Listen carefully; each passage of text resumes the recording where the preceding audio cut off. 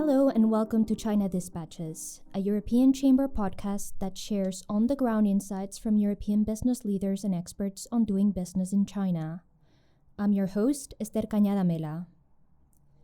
As the world edged towards the end of the 20th century and entered the 21st century, there was a realization that big changes were afoot. The introduction and popularization of digital technologies ushered in the digital age, which in turn created an environment conducive to the development of even more new technologies like smart automation, Internet of Things, and artificial intelligence. As policymakers and companies all over the world strive to harness the potential of digitalization while navigating the risks, what steps have EU policymakers taken to take this revolution in stride, both at home and in the interactions between the EU and different state and political actors like China? In today's episode of China Dispatches, we discuss the EU's policy and strategic approach to digitalization and the digital transition.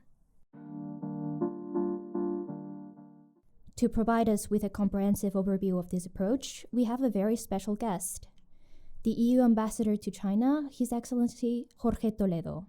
Welcome and thank you very much for joining. Thank you, Esther. I'm delighted to be here. Since this is your first time in the show, could you give us a short introduction of yourself and your professional career up to this point? I'm a Spanish diplomat. I've been around for 35 years already in this business. My career can be divided in two, basically, except for a short stint as Ambassador of Spain in Senegal. And these two parts are European Union affairs, where I was even Minister for Europe or Secretary of State for European Affairs at the Spanish government from 2016 to 2018, and many other things before that. And Asia, because I was posted in India from 91 to 95, and went to Japan after that. And until last year, I was Spanish ambassador to Japan. So Asia and the European Union are main parts of my career. Now I'm in China, which, as ambassador of the European Union, which perfectly merges my two personalities, the European and the Asian one. Absolutely. Now, digitalization has been on the radar of EU leaders and policymakers since the early 90s, really, starting with the publication of two seminal reports that laid the ground for the EU's information technology policies, the 1993 Leyen Commission white paper and the Bangemann report that same year. But of course, that was a long time ago. Coming closer to the present, when the von der Leyen Commission was inaugurated in 2019, one of its key priorities was titled A Europe Fit for the Digital Age.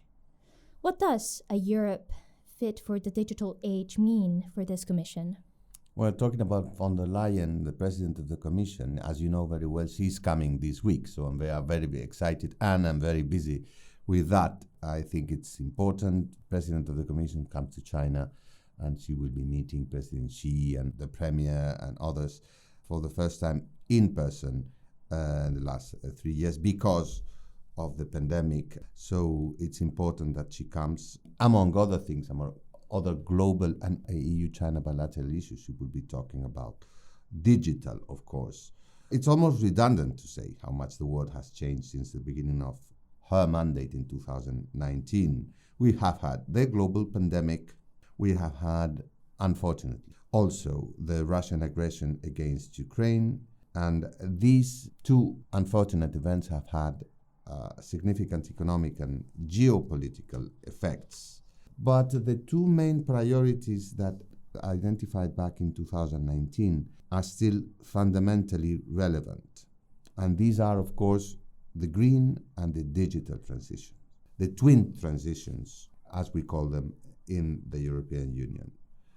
On digital, it's clear that should be Europe's digital decade. The pandemic and the current geopolitical turmoil both show the risks for any major economy to be lagging behind in this key sector. Lagging behind on digital means being too exposed to dependencies in the most advanced parts of the economy. It would mean losing talents, competitiveness, wealth, and ultimately credibility and influence, and we cannot afford that. We really intend to walk the walk on that with very concrete objectives that we want to achieve through a number of instruments and in close cooperation with the EU member states by 2030. For instance, we want all populated areas in Europe covered by 5G by the end of the decade. We also want at least 20% of the global production of cutting-edge and sustainable semiconductors to originate from Europe. We believe that by 2025, Europe will have its first quantum computer. You see that the ambition is there. It is an ambition that is supported by substantial resources too. Consider, for instance, European Chips Act, which is set to mobilize more than 40 billion euros of public investment up to 2030. Consider that 20% of the over 770 billion euros provided by the EU Recovery and Resilience Facility will focus on the digital transition. You already mentioned some of the flagship initiatives that the Commission has undertaken under this banner, Europe Fits for the Digital Age. And of course, when we look at the Commission's approach to digitalization and digital transition, there are two main aspects, the domestic aspect and the external aspect. Let's talk a bit first about what the EU is doing within the single market. Obviously, digitalization, digital transition are very catch-all concepts. Let's pick this up one by one. And let's talk about data first. While the criticality of this asset is undisputed, there are many aspects to the protection, usage, and governance of data that are part of the overall architecture of a sound ecosystem. What is the EU doing in this area? Well, first of all, as we are in China, let me say first that China in the last years has formally designated data as a factor of production, joining land, labor, capital, and technology. This tells a lot about the importance that our host country, China, is giving to data.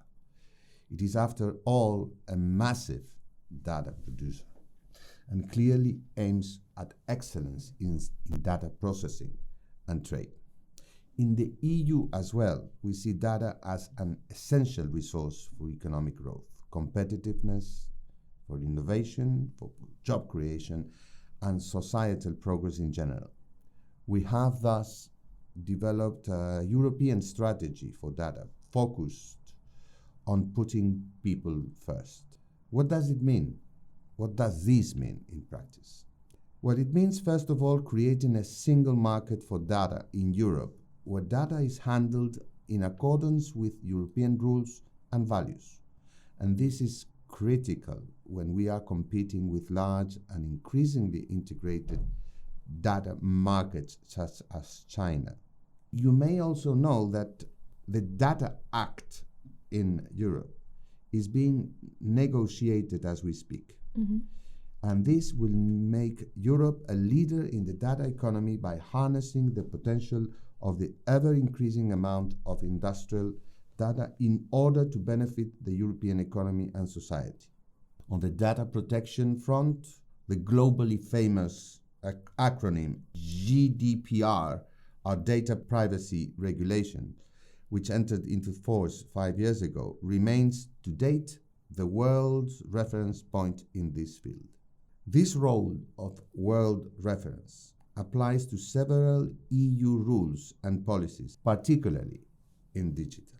This normative power that the EU has is a powerful asset in the EU. I can tell you that our Chinese counterparts are very much aware of that, and they often refer to EU digital legislation as an inspiration for their often very different in objectives and nature digital rules. Yes, absolutely. I mean, we as European businesses and as the European Chamber have also observed this normative power, really, that the EU has had with legislation like GDPR in our interactions with our Chinese counterparts. So definitely we can also confirm and support your statement. You had mentioned earlier issues like dependencies and national security and the importance of being able to protect our data. The rise of digital infrastructure products and networks, has brought opportunities, but as you have mentioned, these new systems also have vulnerabilities that can potentially be the source of security risks for governments and for companies and, of course, individual users. So how is the EU addressing these risks in their regulation? You're absolutely right. Particularly in the current geopolitical context, we consider cybersecurity among our top priorities in the EU. To respond to the increased exposure of Europe to cyber threats, the so-called NIS2 directive was adopted last year. This will now cover medium and large entities from more sectors that are critical for the economy and society, including providers of public electronic communication services and digital services. We have also proposed the Cyber Resilience Act, which will bolster cybersecurity rules to ensure more secure hardware and software products. In parallel, we are also extremely attentive to and concerned by the rise of malicious behavior in cyberspace by both state and non-state actors. Malicious cyber activity threatens the integrity, security, and economic competitiveness of the EU. They also represent a risk for the very functioning of our democracies, our freedoms, and our values. I can tell you that we remain very determined to prevent, deter, and respond to continuing and increasing malicious behavior in cyberspace. The digital age and the fourth industrial revolution are powered by new and emerging technologies such as artificial intelligence, smart manufacturing, Internet of Things, at the basis of all which lay semiconductors and chips. You've mentioned the CHIPS Act before, but could you elaborate on how the EU is making sure that it keeps apace with these new technological developments? And then maybe a follow-up question is, you mentioned that one of the EU's goals, the Commission's goals, was to ensure that eventually the whole of Europe had access to 5G infrastructure. How else is the EU, the Commission, making sure that nobody, be it people or companies with less resources, like SMEs, gets left behind? I can tell you that we are conscious of our current challenges and of the need to excel in cutting-edge chips in order to drive our green and digital transformation. And we are using a variety of instruments and providing large investments to get there. At the same time, I will take this opportunity to debunk a certain narrative that Europe would be chronically lagging behind on tech, including on chips. This narrative glosses over our significant strengths, which I can tell you the other global players from the US to Japan, from Korea to China, are very much aware of. For instance, we are very strong in the design of specific semiconductor components, in particular for the automotive and industrial markets. Europe is also very well positioned as a supplier of materials such as gases and substrates, and, as we know very well, as a producer of lithography equipment needed to produce chips. We also have some of the world's best research centers for microelectronics and semiconductor technology. Now, of course, we need to leverage on these strengths and address our challenges. And our latest moves, including the European Chips Act, shows very clearly that we are taking substantial and prompt action. You also touched on a very important subject: how to ensure that nobody, individuals, companies, get left behind in this digital shift. Among the objectives that we have set for ourselves in this decade, some are specifically targeting SMEs. We are working to ensure that by 2030, more than 90% of SMEs in Europe reach at least a basic level of digital intensity. Other objectives have citizens at their core. For instance, we expect all key public services in Europe to be 100% online by the end of the decade, including access to medical records online, and 80% of citizens should have access to a digital ID. The topic of SMEs is one of the files that I cover, and it is very close to my heart. And for instance, looking at the external aspects of the EU's policy, strategy, and support for SMEs, there is an EU-funded project implemented by the Chamber and other partners, the EU SME Centre. And of course, through that project, we try to make sure that SMEs are also prepared in terms of understanding what data the digital environment is in China. Moving into the external aspects of the EU's approach to digitalization and digital transition, some of our listeners may be familiar with a number of initiatives that the EU has undertaken with partners.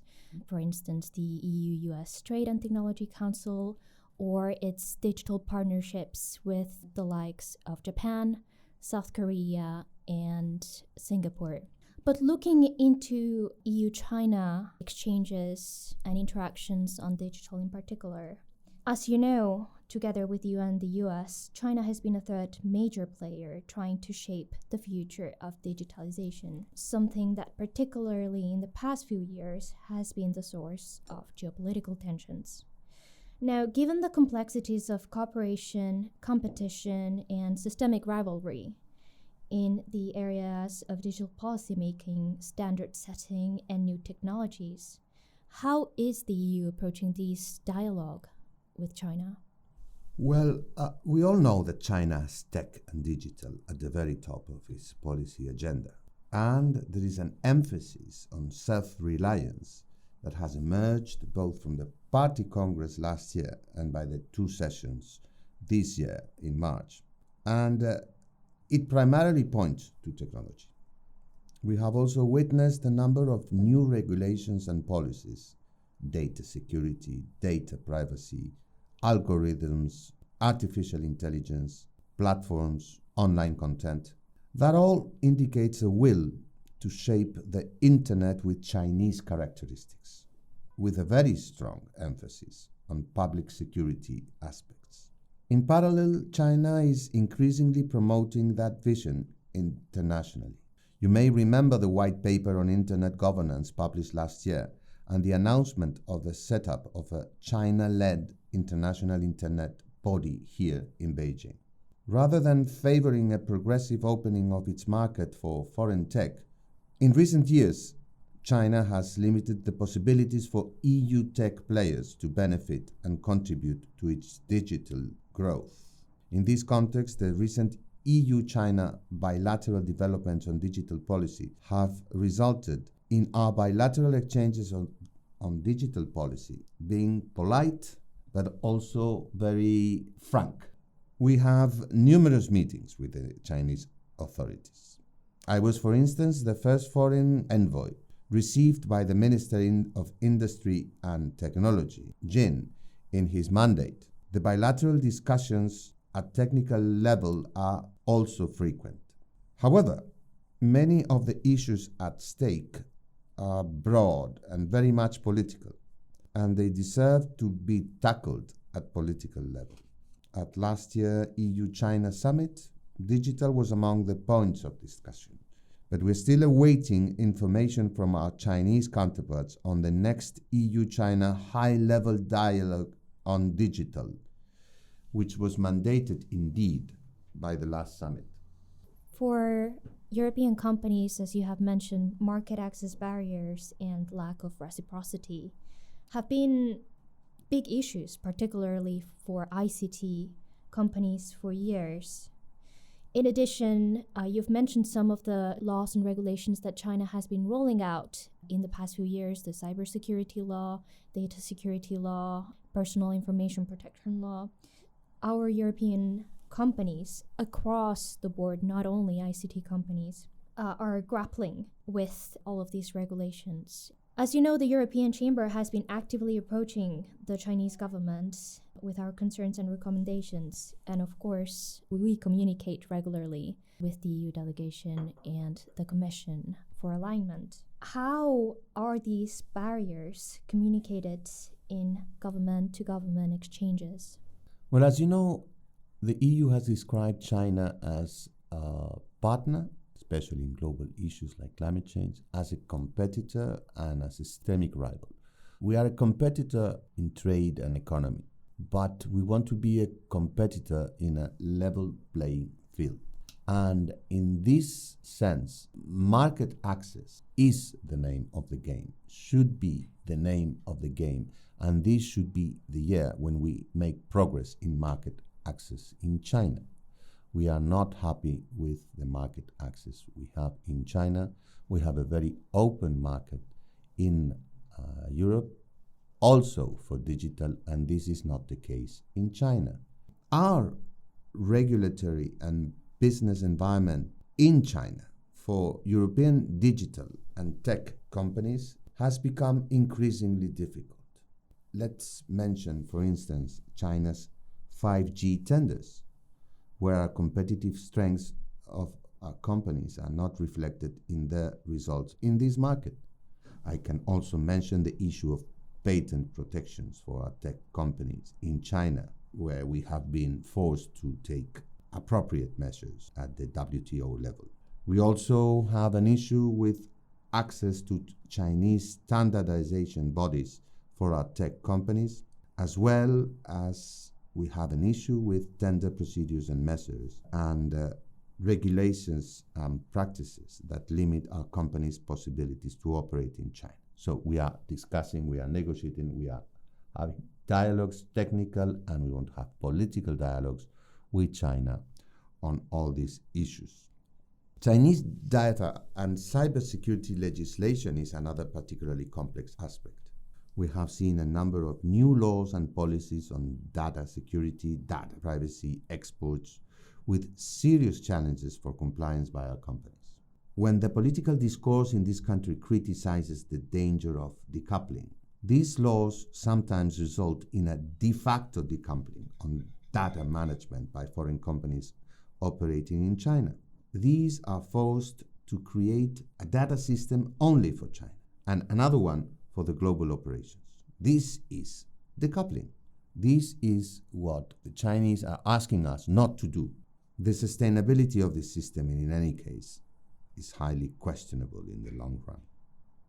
In sum, market openness and fair treatment for tech companies is critical for the viability of Europe's tech business in China. It is also largely in China's interest, given the contribution that European tech business have been giving and continue to give to the growth of the country. For my last question, I want to address the elephant in the room, and that is the US-China relationship. Throughout the end of the Obama, then the Trump, and finally the Biden administrations, geopolitical tensions have very visibly flared between the US and China, and new and emerging technologies are one of the key battlefronts.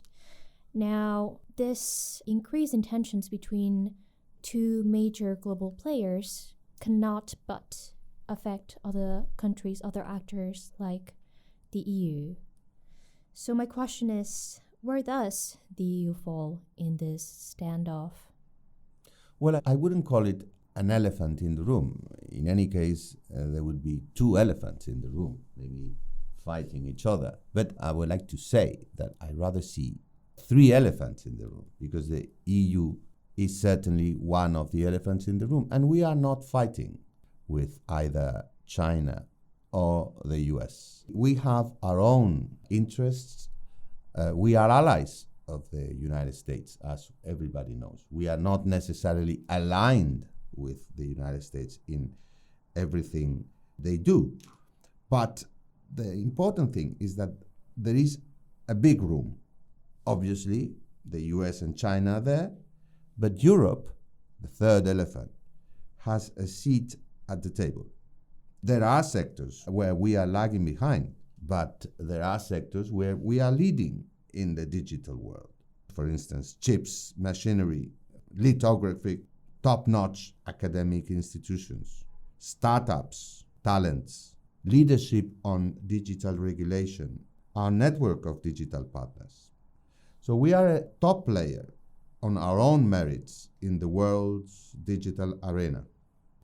And it is a fact that European values, interests, and vision on digital and tech vis-à-vis China are in most of the cases aligned with the US.